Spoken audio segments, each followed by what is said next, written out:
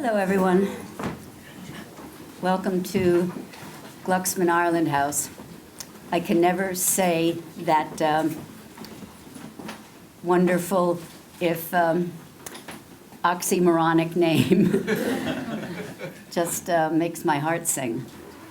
So almost 20 years ago, this was just a wonderful, if somewhat flighty idea that Lou and I had to establish a Center for Irish Studies at New York University. And as we work towards our 20th anniversary, what better blessing and imprimatur could we be conferred with than a visit from the President of Ireland?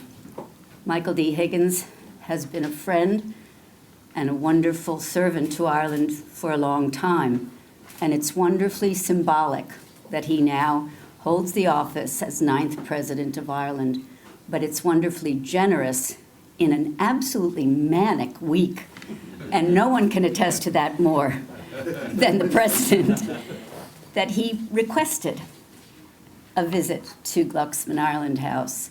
You are in for a treat.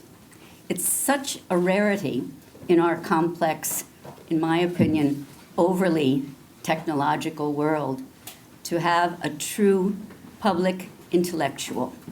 That's what we have in Michael D. Higgins, the President of Ireland. I am very grateful on a personal level to you, Michael, and from all the people that make Glucksman Ireland House the wonderful, tiny, amazing place it is. We thank you for your presence, and an honor. Thank you.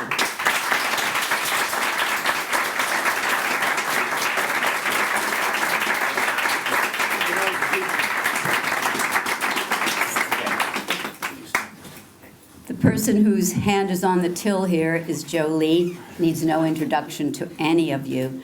We are so blessed to have Joe, a force of nature, and thank heaven he is.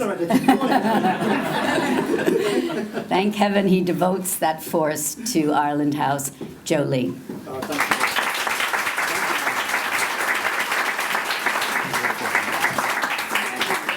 Thank you very much, Loretta. That was very sweet, very nice. Now, I have to ask your indulgence. There are lots of distinguished guests here whom I'm not going to begin naming because I won't finish in time. I have not read from a text for 25 years, I suppose. So this points to the seriousness with which we're taking the occasion. So if I stumble from time to time, it's a result of lack of familiarity with the arts of reading. Anyway, we have our Irish paragraph starting off. So Balo Yorav Galer, Ní Gaga Marog or More Honor Kult Uchtran Heron, Michael D. Higgins, Orin on Shoinov. Agus an Jeshve Agin Fault River, Agus River Van Kele Sabine, Atoni Hanta. Vinerichin Ele Verhikon, Uchtran Govetemission Chuck Sholino Trino Kerura Sakele. Agus Uda Kidar in Uluk Fene on Chuck Bjog Shop. Deto Raw, Kinnemer on Lake to the Agin on Shaw, Shockus Ain Oit Ella. Now, you're one of the very few people in the place who will have understood all of that, but never mind. But it was nice.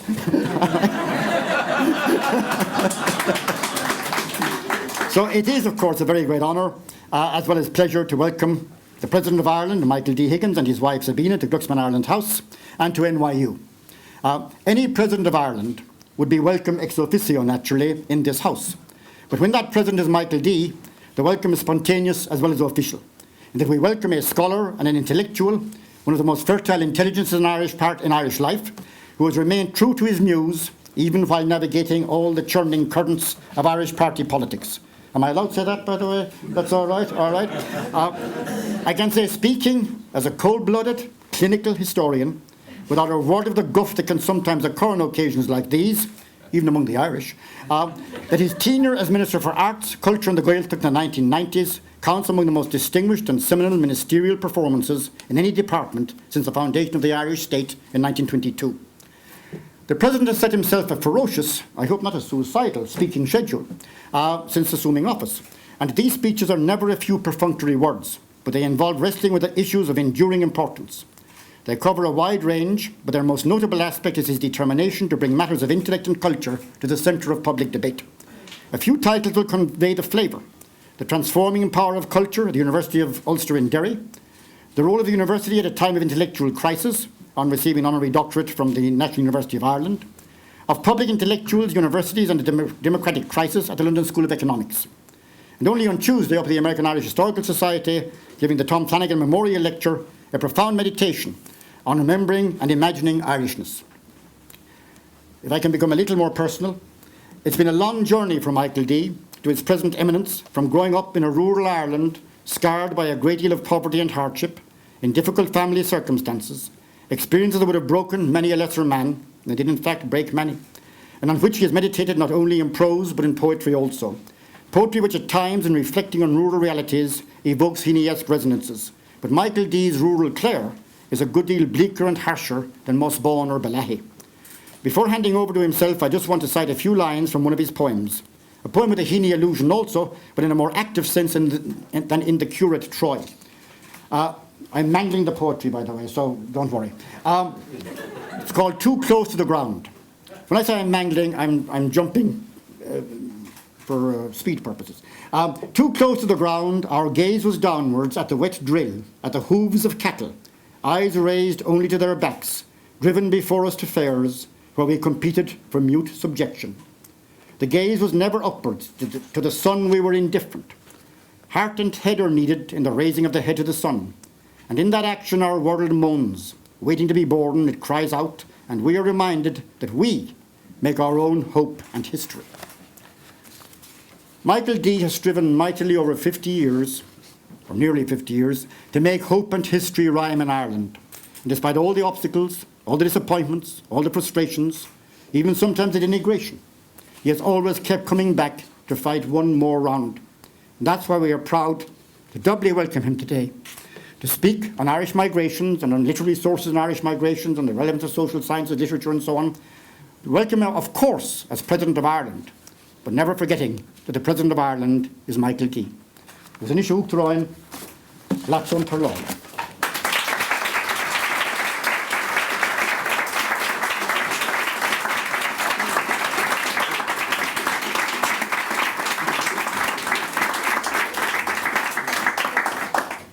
Well, a gwini córa yn geidol sias ys min lam ma leis geile gwael a sacht yn mwyla cwyr me arif dis garaw on troc rog yn ohog yn iwara.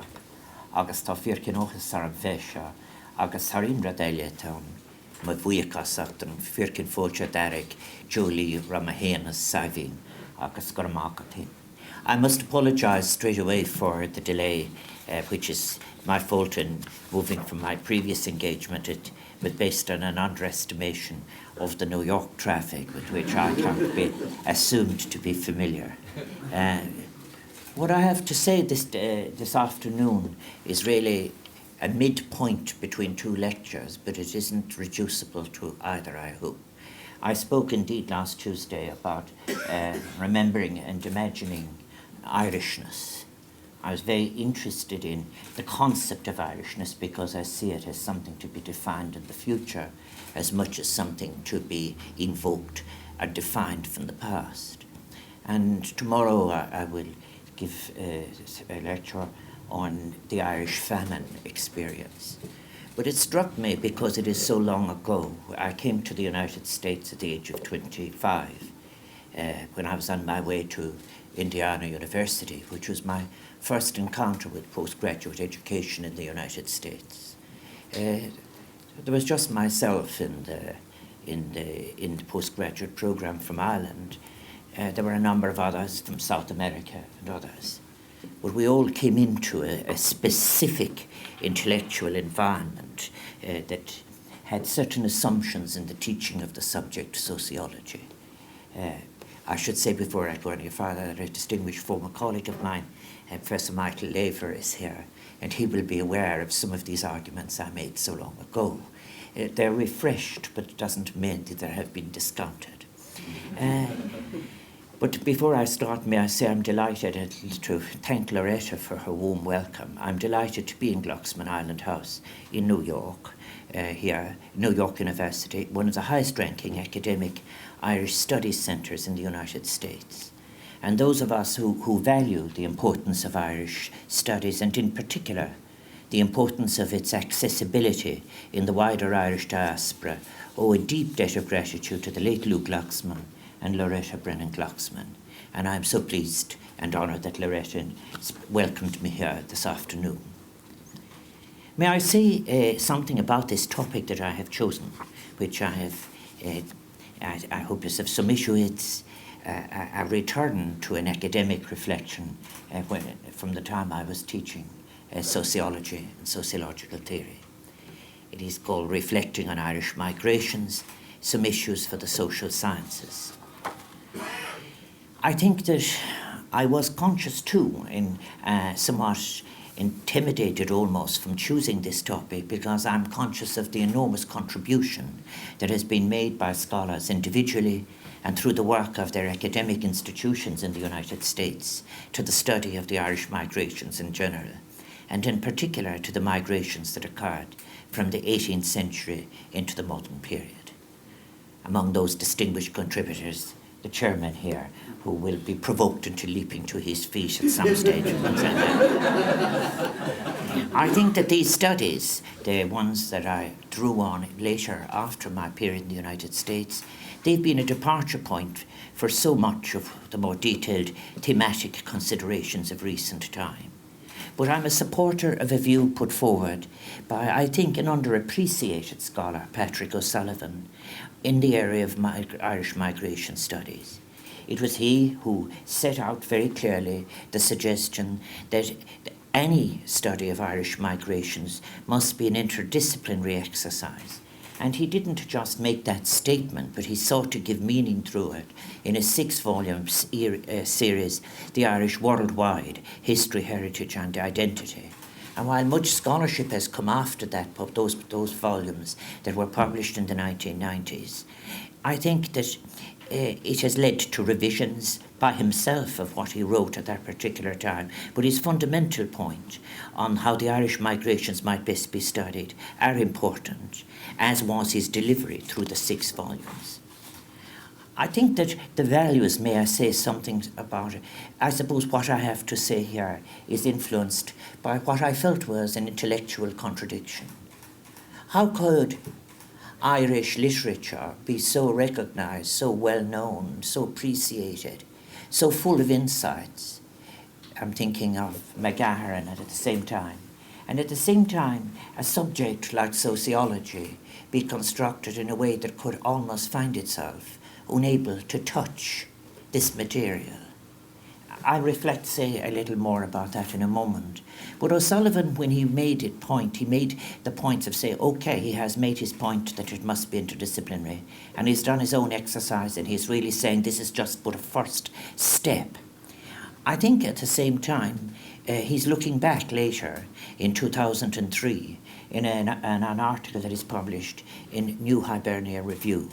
And he again is stating, no one academic discipline is going to tell us everything we want to know about the Irish diaspora.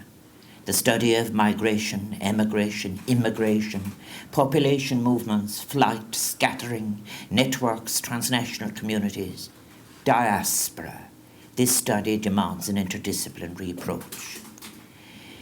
I think that when he made his contribution in the 90s, when migration theory and migration studies were being contracted back into individual disciplines, or at times they were being allowed an eclectic existence within what were regarded as core subjects. I always put in check against delivery because I fire in the odd example as I go, but I'm thinking of what happened to migration studies as it sought to exist within geography, for example. I think that it was often asserted by the leading practitioners of such core subjects that they did not need the discomfort or indeed the challenge of interdisciplinarity. My own early interest in migration, as I've said, was from a sociological perspective. I had, when teaching early courses, the very first, in the sociology of migration at University College Galway, been struck by some of these issues as I try to understand migration in general, in terms of theories, models, causes, effects, or the use of individual biographies. What I have to say also fits in relation to some of the papers to which Professor Lee has just referred. For example, my speech at the London School of Economics and Politics, where I referred to the intellectual crisis, which I regard as more serious than the economic crisis at present. That, which was for another day, as the inability to get such a paradigm as might release the scholarship into a theoretically rich direction. I had come to the view when I was in Manchester, 40 years ago, when I engaged these issues first as a postgraduate student in Manchester. I'd come to the view that when fitted with my own and my family's experience of migration, as well as being helpful to academic reflection, that what was perhaps contained in the literary accounts, rather than was somehow struck me as what could make meaning of my experience, rather than in the Irish sociology as it was then appearing. In the short stories, the longer novels, biographies, or even in songs.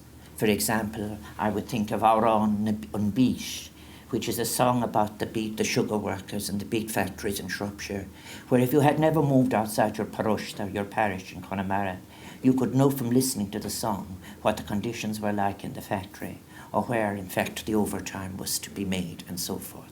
This they would be referred to in the structural function of sociology as pre-socialization. In these short stories, there was, in fact, this point I am making now had occurred to others. I think that Professor John Jackson had written about it. But in the short stories, the longer novels, as I've said, they yielded up more than the sociological investigations that were then happening. And this is not to take for a second from good work that was there by Professor John Jackson, very particularly Professor Damien Hannon, or Professor Liam Ryan, and many others. Those studies were valuable, and I drew on them when I was teaching, and I drew on others that had appeared on occasion from time to time in that long journey from the publication of the report of the Commission on Immigration in 1954. And while at Manchester I had become familiar with the more general theoretical work of Professor J. Clyde Mitchell and others who are working on the causes of labour migration, there was an interesting experience too where doctoral students will be well aware of this. Students from Africa would meet me, the single student from Galway, from the west of Ireland, and we would exchange how you're getting on. And people would say, I have all my data, but I'm looking for a theoretical model. And I was very interested in Clyde Mitchell's work, and particularly the work also of his colleague Valdo Pons, who had written a brilliant book on Stanleyville. I stayed in Corby Street, just across from Bellevue in Manchester, with my sister Kathleen. Her husband worked on and off in machinery associated with the building industry. I was therefore spending nights and mornings with the Irish in Manchester, where people who were working on the margins of construction. And then I would leave and go into Dover Street, to where was located in the red brick building the departments of both sociology and anthropology, an anthropology that had been recently repatriated from Africa. It was that decade when the Rhodes Livingston Institute closed down and the British anthropologists began to come home and took a curious interest in their own people. I do recall indeed as well when I would occasionally stray from the sociology, social anthropology section of Dover Street to the anthropology section where Max Gluckman presided. And there, these eminent anthropologists would say it was one of those great hierarchical situations in university learning where the presiding professor would say, he would address maybe Bruce Kapferer, and who would say, Bruce, you would have a good question, and so forth.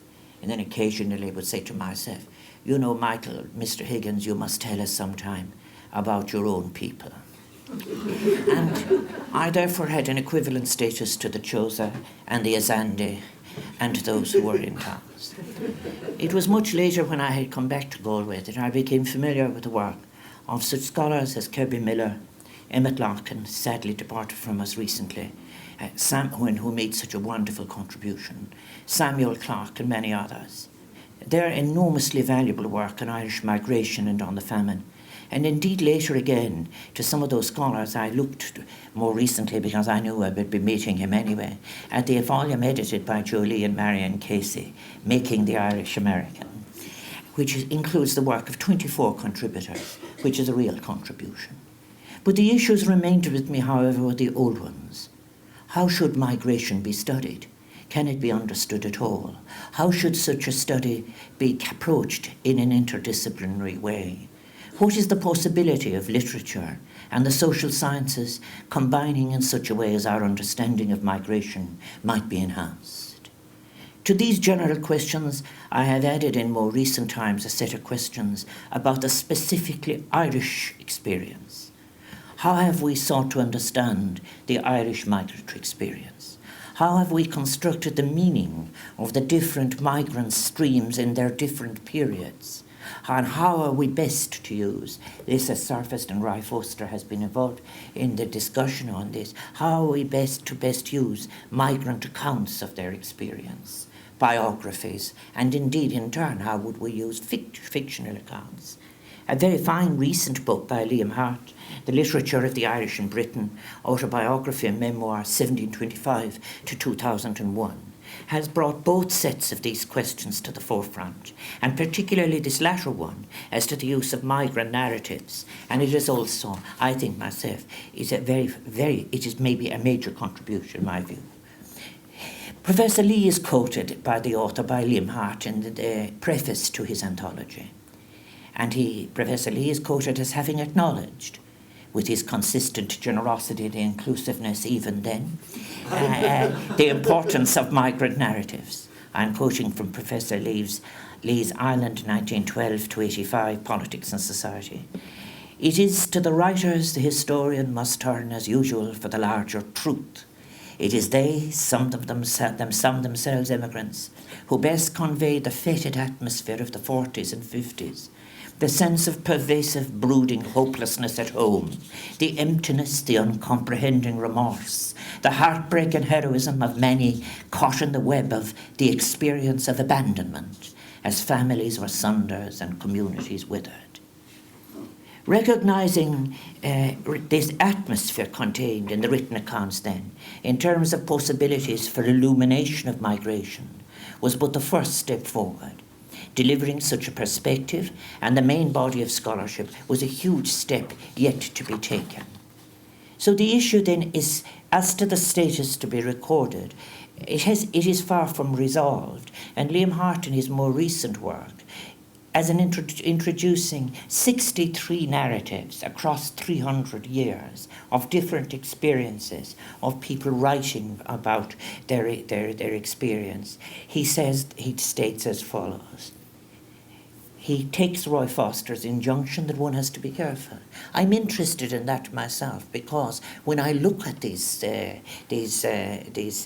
over 60 narratives, the thought occurs to one, why should you put yourself down, one writer says. I'm trying to put the best shape I can on the recovery of my life. Now here you come into issues. There are issues that are really not just method issues in the social sciences or theoretical issues. There are epistemological issues in relation to meaning, and we can return to this in a moment. But this is what Hart says when he says, I am still going to defend their usage. He says the best are powerful acts of imagination in their own terms, meditations on how journeys across the water breed strange and unexpected dichotomies, produce new patterns of seeing, living and remembering, prompt different stories about who we are and where we belong. Even the middling formulaic works, with their peculiarly vivid reflections of personality and experience, deserve better than to be airily consigned to the midden of literary history. In offering us intimate glimpses of interior worlds, these variegated acts of self-portraiture help us to understand better the role of migrant imagination and its witness have played in shaping those fluid contrapuntal concepts, home, place, belonging, that are themselves cognates of that most labile and vexing of abstractions, Irishness. So mindful of such injunctions as those of Roy Foster and others, the construction of literary accounts brings its own danger. Hart emphasises the statement that his claims for the material in his anthology is not excessive, But at the same time, it is material that has an importance, not just as personal testimony, but as something with an emancipatory intention, as he puts it himself, as an act of resistance. I quote, "It is not my intention simply to use literary evidence to produce an annotated account of Irish migration, as if these texts were unambiguous vehicles of signification. Nor do I propose to allow autobiographies to, quote, speak for themselves, since to do so would be to disregard the materiality of language and ignore the fact that they are crafted literary artifacts. Yet neither do I wish to adopt a wholly textual interpretive framework that would undervalue the testimonial dimensions of these narratives and the specificities of the real, lived experiences that they reconstruct.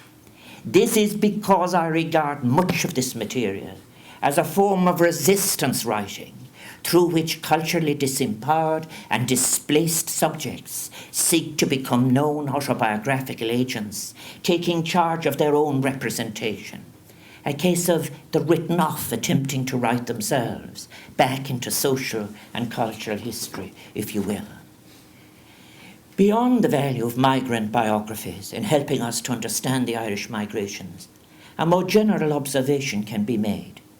I believe that Irish sociology has missed a great resource in not being able to develop such an approach to sociology as would be based on an adequate epistemology, theoretical approach or methodology, as would draw on the rich literary materials to which I have referred, and which are included in such an anthology as that of Liam Howard. More than that, I believe that an inclusive scholarship would have benefited from such an interdisciplinary approach that, while reflecting a respect for the different tools of analysis in different disciplines, but at the same time was able to draw on the benefit of transcending boundaries. This argument is the argument that O'Sullivan made and which I've referred already. It may be that what has to be overcome by scholars is the fear that by a particular approach to migration, we are seeking to colonize it at the expense of other approaches.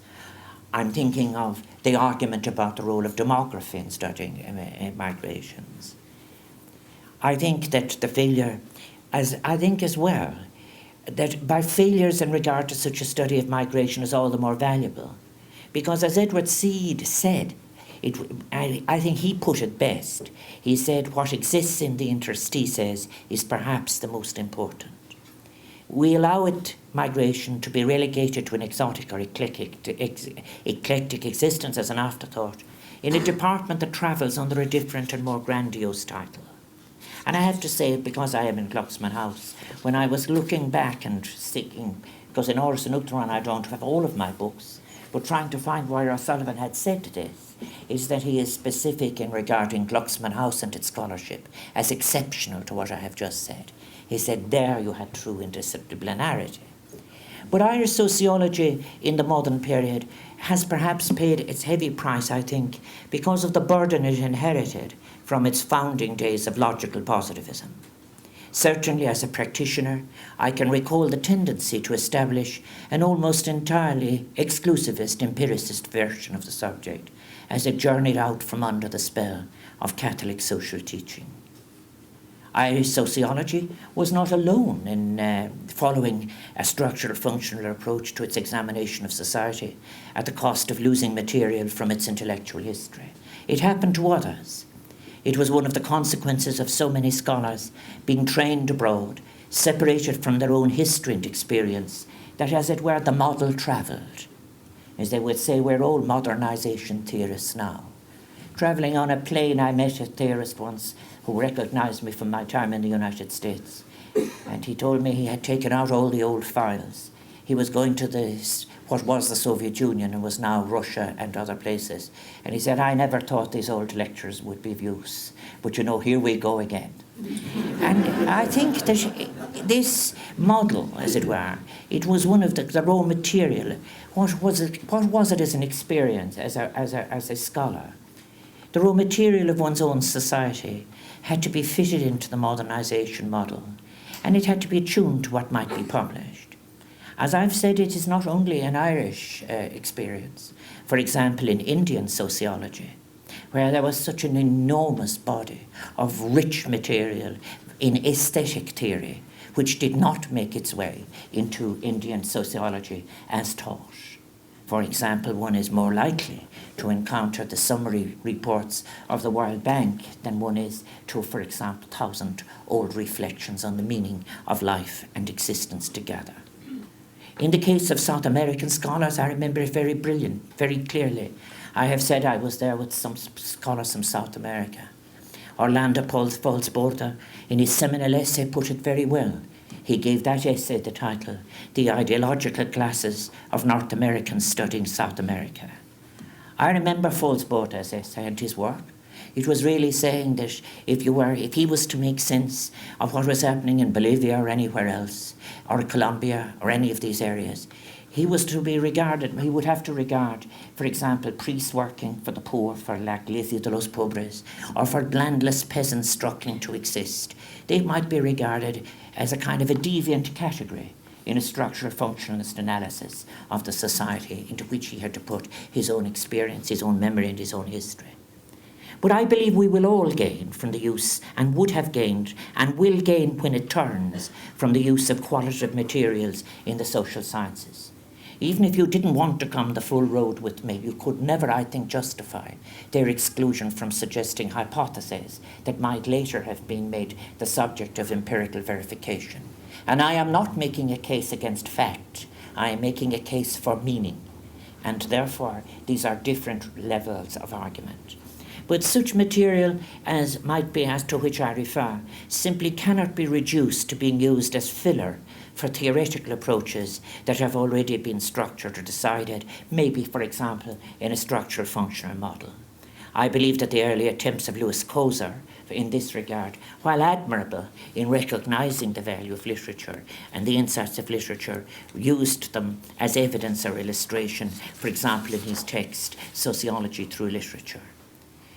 The material itself, when placed in an appropriate theoretical context, as I've said, has the power to be both generative of hypotheses leading to such new theory, not just in suggestion or generalization, but leading to such new theory as may even be emancipatory.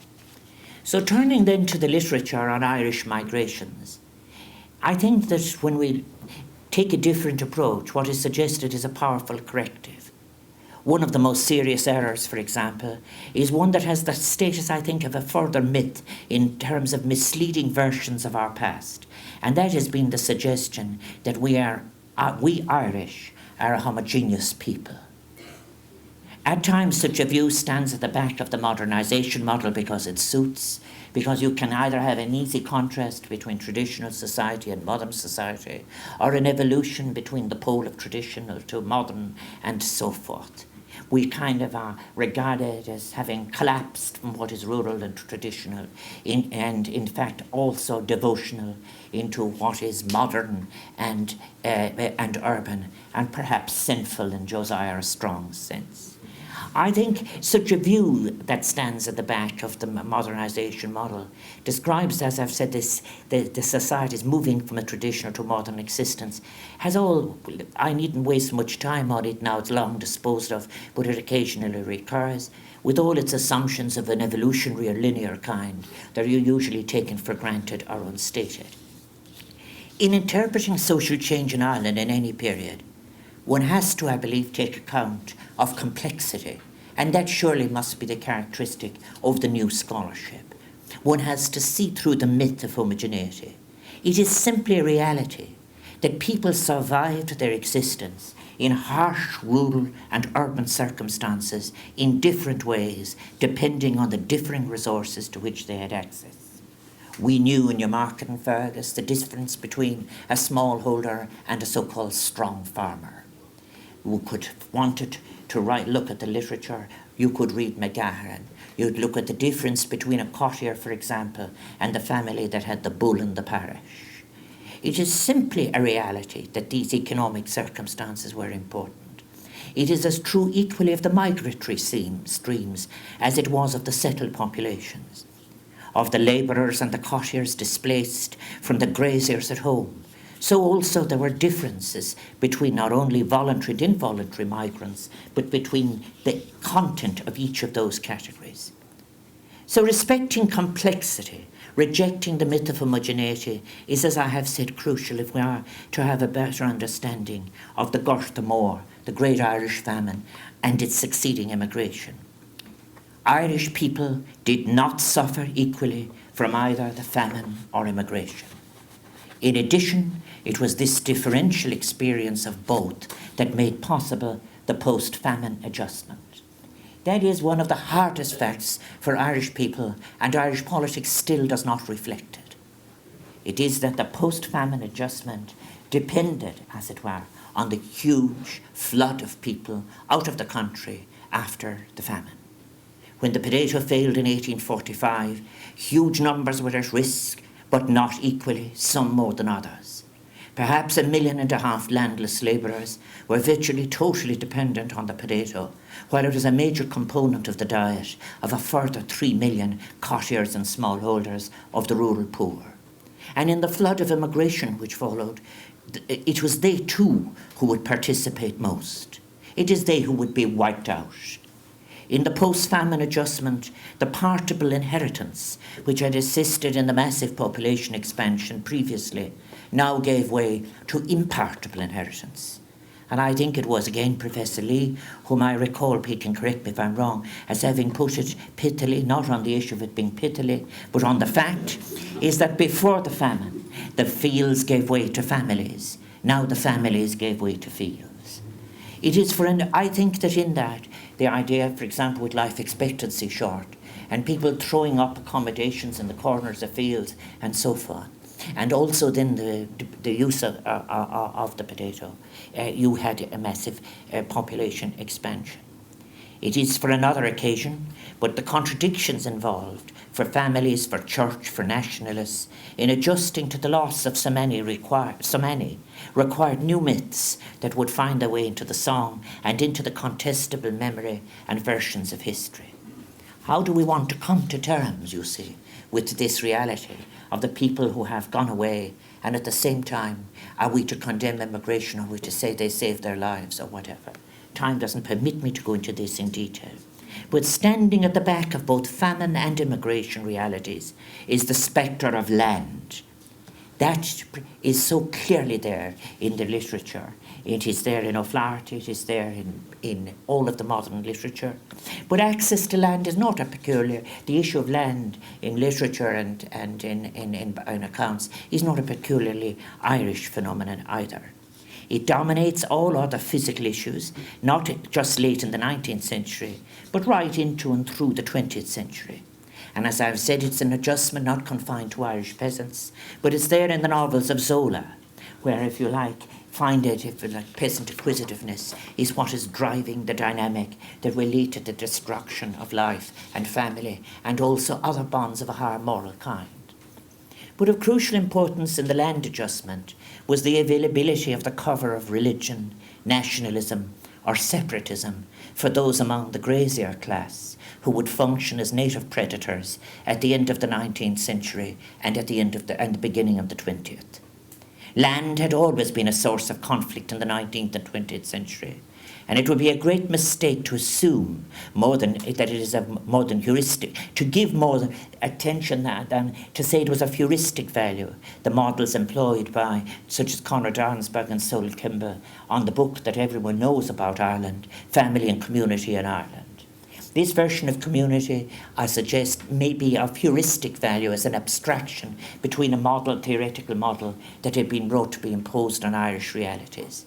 The suggestion, for example, that one had consensus, the suggestion that you had cooperation and so on, when in fact people had been gouging each other's eyes out over land disputes, that the church, for example, which had, by the time they arrived in 1934, had intervened with the Dance Halls Act, a whole series of other sources of conflict which didn't fit the model. Kirby Miller, in his essay, one of his early essays in 1990, addressed this issue that I raise of the native predator, and I think he puts it well. I quote him: "In the late 19th and 20th centuries, economic and social changes in Ireland consigned approximately 3 out of every 4 Irish men and women born in that period to the immigrant ships, and often to the slums of American and British cities. Their reasons for emigration were essentially similar or identical to those which produced mass migration from other European countries. For example, the decline of cottage industries, crop failures, failing agricultural prices, the exigencies of impartible inheritance, and the dowry system, and the increasing redundancy of petty farmers and agricultural labourers brought about by the consolidation of holdings, the conversion of tillage to pasture, and the introduction of labour and cost-saving farm machinery. In short, to the development of Irish capitalism, which along with its cultural consequences has been given the more neutral or benign label of commercialisation or modernisation. Moreover, although Protestant landlords, businessmen and professionals dominated the Irish economy during the 19th century, many of the most compelling causes of immigration were generated within the Catholic community, especially by its emerging middle class of affluent farmers and townsmen. This was especially true during the post-famine period, 1856 to 1929, when most departures occurred, and it is problematic how much suffering and immigration among the rural lower classes, labourers, smallholders, farmers, non-inheriting children, were really more attributable to profit maximisation among Catholic graziers, strong farmers, rural parents, generally than to Protestant landlords or British officials. It's hard to come to terms with that, and many people in contemporary Ireland simply do not. By the way, it is quite a pre-famine experience. If one looks at Carleton's depiction, for example, of Darby Skinnader in The Black Prophet, in many cases, when you had those earlier famines, because we didn't have just one large famine, you had several famines earlier in the century, but before that, even in the previous century, when the person is standing in front of him and he says, "Do you think I would cheat you?" and the cross there behind me. Should migrant accounts be made more central in migration studies? Should an Irish sociology of migration make them central? Should it derive hypotheses for research from them? This is what I have been saying, and I believe that there will be a rich yield if it happens. But the methodology that's required too is an opportunity for creativity and scholarship. And it is my belief that phenomenologically oriented sociology might have served us better than the experience we have had with the assumed models that we thought that were imposed. But I want to turn to a point that has interested myself particularly. The use of qualitative materials, I suggest, is essential if we are to capture the essential aspects of the lived experience of migration, which above all else is an experience of transience. Transience, people who are moving. It is this experience of transience which runs across all migratory streams. Yet within the social sciences, models of behaviour are frequently constructed around the usually unstated assumption of sedentary existence, be it at the point of origin or at the point of destination. And this, of course, leads to an overdetermined model of migration, such as, for example, the push-pull model which informed the Commission on Immigration in the 1950s.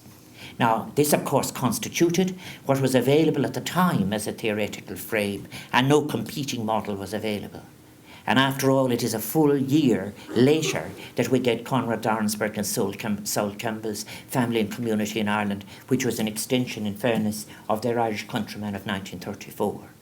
But the migratory accounts were the ones I'm talking about, which time doesn't permit me to quote from, are the kind of writings of Dora MacCaulick or the novels of Patrick McGill.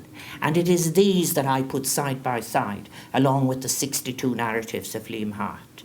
And they give us an account of what was missed. And I think, in many cases, in the absence of it, it seemed easy to suggest rather fallaciously that Irish society's change was a fall from community into modernity. The neglect of the qualitative materials as well. As I've said, it isn't just an Irish problem or in Irish sociology. It is a problem that I believe is at the heart of the sociology of migration in general. The attempt to construct a general theory of migration, even laws, is almost as old as the false hubris which led to the suggestion that laws on the social sciences might be constructed on the same basis as the laws of physics. I remember when I came to the United States in the end of the 1960s, The atmosphere was one as follows: the substitution of probability theory for causal theory, combined with the possibility of large samples and the introduction of computer applications for large quantities of data, had led to the suggestions of the then president of the American Philosophical Association that a convergence on the method of the physical and the social sciences was imminent. The attempt at establishing laws of migration is, of course, an older one than that, far older than that. It is associated with the ambitious work of Professor Ravenstein. Later efforts were to be more cautious. In fairness, we must accept that any social scientist is speaking, and I'm trying to be fair to Ravenstein, within the limitation of a specific people or period.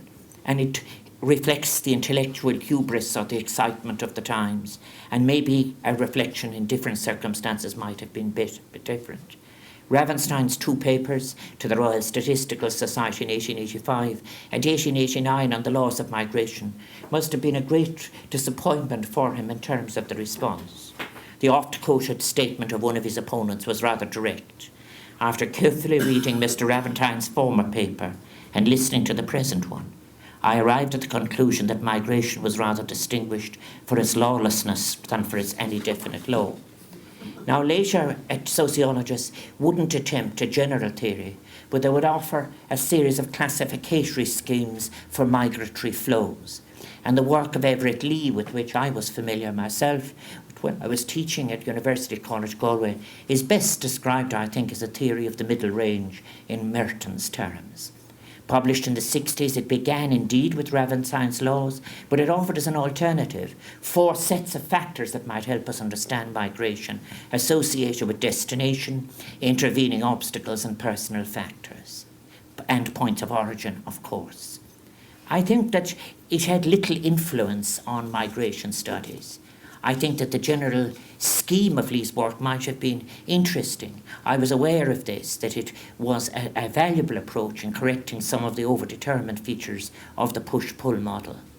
But Lee and Everett Lee, and in addition to a joint paper by J.J. Mangala and Harry Schwarzweller, in 1968, they were still looking in the International Migration Review, they were still looking at the possibilities of a general theory.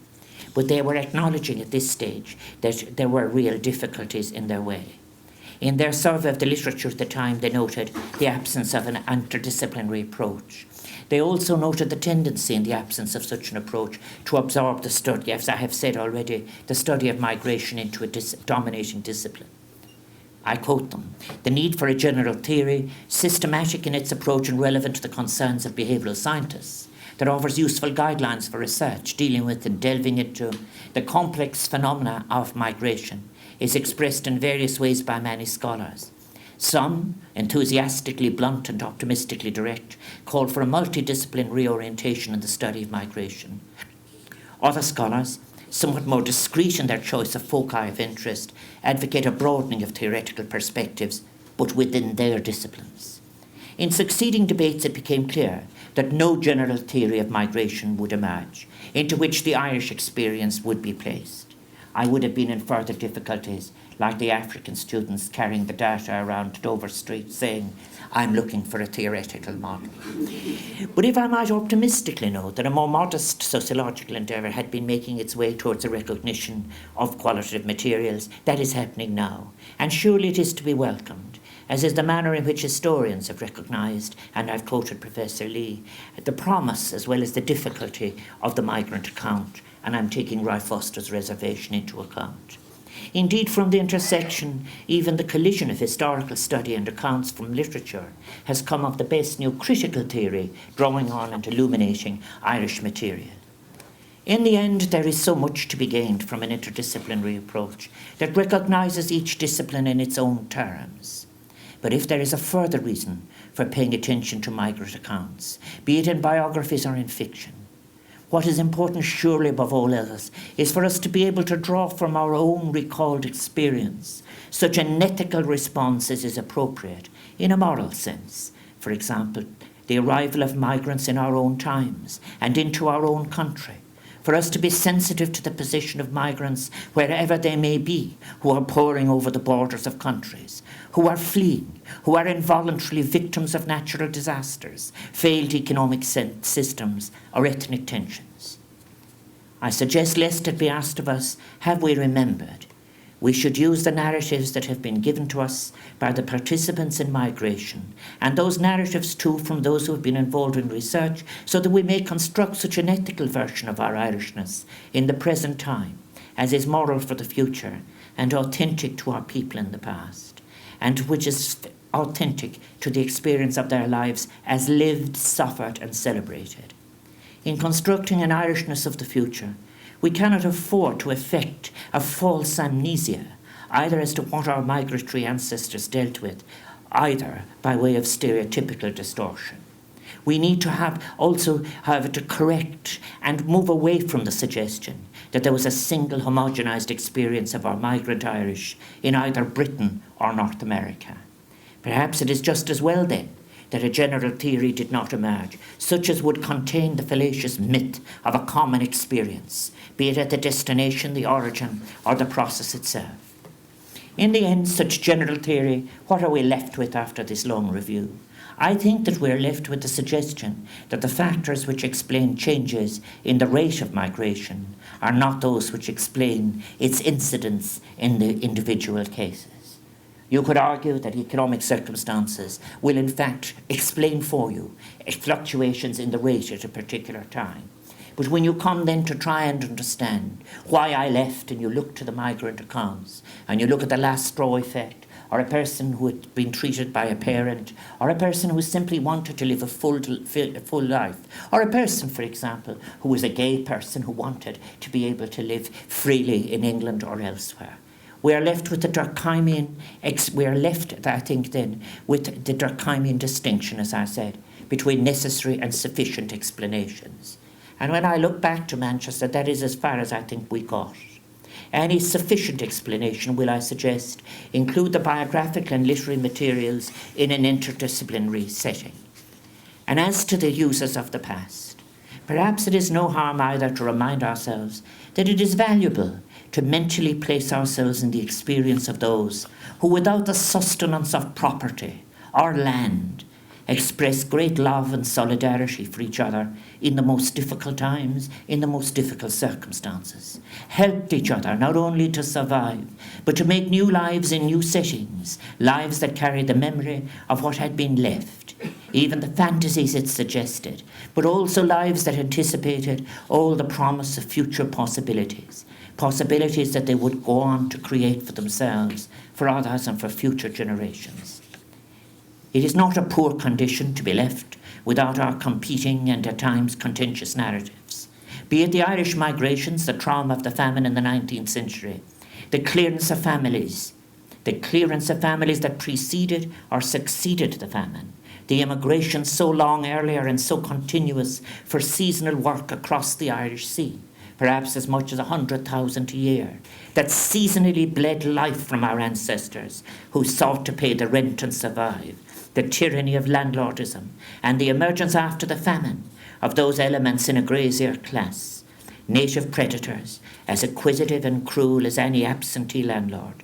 From all this we have a legacy, narratives that have to be revisited, kept open and revised and made more inclusive of much that has been forgotten or perhaps deliberately avoided. And the inherited narratives can never be complete. Thus, we must, for example, in trying to understand the Great Famine and the Irish migrations, given the complexity of the events themselves and their preceding and succeeding contexts, the enormity, rapidity, and devastation of the forces at work, be open to amending what we've taken as the iconic event, the master narrative, and add in the missing bits, drawing on the new scholarship, so much of it, as I have said, from scholars in the United States, who have admirably recognised and stayed with the complexity of such events as the Irish migrations, the intermittent famines, and the Gorta Mór, the Great Famine of 1845, 1847. It is when we acknowledge the facts of what has been omitted and reflect on what were the human consequences, for example, of an economic theory accepted as an ideology, and in its implementation in response to the famine, mediated through stereotypes and ignorance, when we place our narratives side by side in their own terms, that we are best prepared to use our own famine experience in such a way as will generate an appropriately ethical response to the obscenity of recurring famines in our own time, in different placed parts of our shared vulnerable planet. Mar focal square agus con creek a coalition made the taller arm. Our migratory experiences should also continually remind us that the appropriate human rights that should attach to each person from being simply human and alive should never be diminished by necessity or the decision to move, and that those rights should never be curtailed, limited or made conditional on either being sedentary or the owner of property. In the end, in a moral sense, we are all simply migrants in time, curious, creative and vulnerable in a shared vulnerable planet, in times we might have made better, but always on the edge of possibilities yet to be realised, in a world of interdependence, waiting to be born. Fui scar Celia a Warren Nadine. Thank you very much.